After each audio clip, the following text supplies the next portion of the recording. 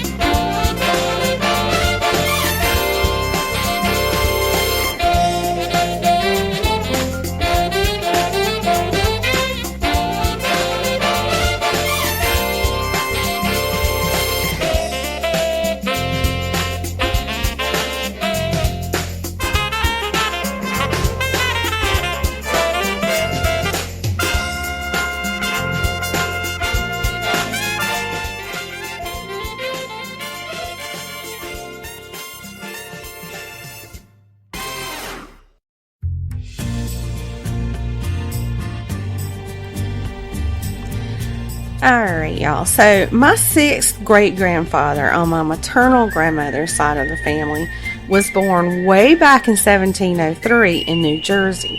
His name was Nehemiah Bonham. Nehemiah married a woman named Anne when they were both around 18 years old, give or take. But we're going to go back a little bit further in history, to just a little bit before they were born. So, in 1691, this man named Dr. Daniel Coxe sold a great big acreage of land that he owned in the western part of New Jersey. And he sold that to some landowners who called themselves the West Jersey Society. Now, once they had bought the land from Coxe, they really promoted it. I mean, they made it sound awesome, and it really was. But they were trying to attract those new settlers in the area and those who had settled in Long Island and New England. People really loved that land, so they were buying it up and making their homes there. Now, the thing about Dr. Coxe is that he didn't even live in New Jersey, or not even in the United States. He lived in England, but because he owned that big piece of land, he was nominally named the governor of New Jersey. Now, he had also bought other large pieces of land across the United States, but he never even left England. So anyway, my six great-grandparents, Nehemiah and Ann, were two of the people who bought land there from the West Jersey Society. They made their home there, they farmed there, and they raised at least one kid there. Now, there could be more kids, but I haven't came across them yet. So anyway, of course, they didn't buy it in 1691 because they weren't born there or born yet. But once they were married, they purchased their land and they settled there. And that area became known as the Hopewell Township. Dr. Coxe had this son named Colonel Daniel Coxe. And he shows up all of a sudden in 1731. And he's all mad because people are living on what he thinks is his land, and he's telling people that he had a title for that land, and that title basically overrode the deed that his dad had signed some years ago.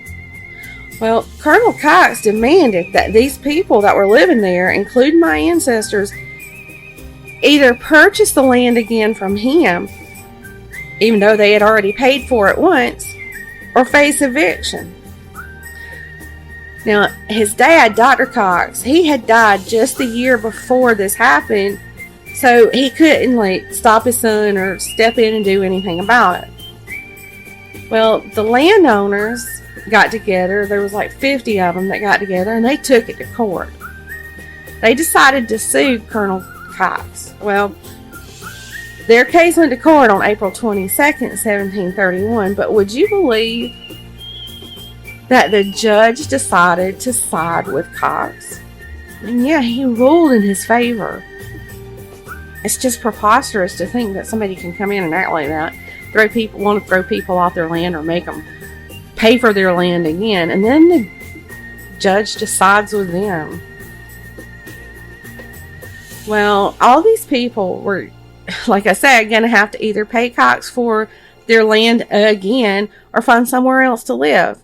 Now, that whole affair, it was a big scandal for those times, and it's actually one of the injustices that caused the anger to rise in Americans against the British in the years that led up to the Revolutionary War.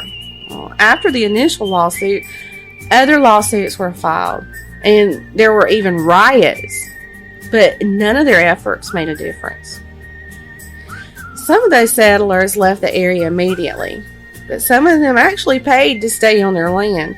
And a lot of those who left didn't leave because they couldn't afford to pay for their land again, but they left they were just purely, repulsed by the whole thing. They were so disgusted by the way that whole thing had been handled, so they just packed up and left. My great-grandparents were one of the families to leave that area. A lot of those who left settled further down into the south around Virginia and North Carolina. Now, Nehemiah and Anne resettled in another area of New Jersey, so it wasn't them, but descendants of theirs that planted our is an ugly thing, and it's been around for a really long time. This just proves that. And I wonder if that Dr. Coxe had sold the land to the, Now, this entire thing is just mind-blowing. Entitlement is an ugly, ugly thing, y'all. And apparently it's been around for a long time because this just proves it.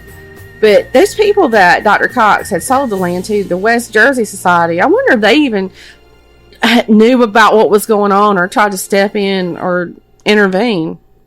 Now, I just have so many questions that I can't find answers to about this. But if I do come across more information on this whole thing in the future, I'll be sure to share what I find. Now, I do have a lot more to share about what I found about my ancestors, but I'm waiting to put more information together, so I'm going to save that for another time. It's really cool, though, I promise. Well, I know that was a really short episode, and I'm sure there are more details about this somewhere, but like I said, I'm not having any luck. Y'all have an awesome week, and don't forget to come back on Friday for What the Friday.